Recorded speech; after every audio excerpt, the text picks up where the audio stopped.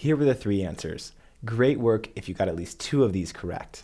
Let's see how we can simplify each one. The quickest way to simplify the square root of 80 is to rewrite 80 as 16 times 5.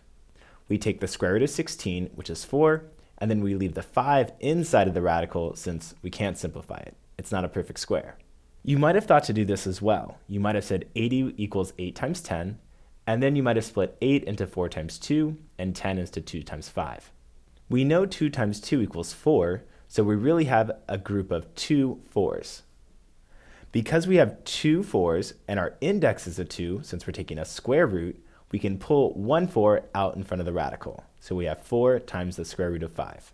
For 120, we split this number up into 12 times 10, and then 3 times 4 times 2 times 5. The only perfect square factor in this radical is the 4. So we take the square root of 4, which gives us 2. The other factors are not perfect squares, so they need to stay within the radical. So we have 3 times 2, which is 6, times 5, which equals 30. For this last one, we can split up 180 into 10 times 18. We split up the 10 into 5 times 2 and 18 into 2 times 9. Notice that we have a perfect square of 9 here.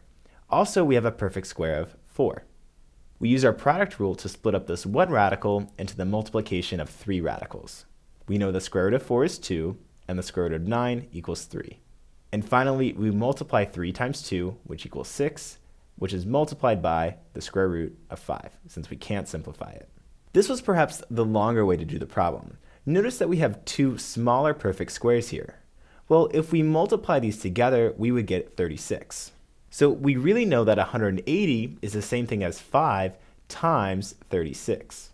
So instead, if we rewrote 180 as 5 times 36, we could have 6 times the square root of 5, since the square root of 36 equals 6. We can get to this answer more quickly by splitting up our original radicand into the largest product of a perfect square and another factor.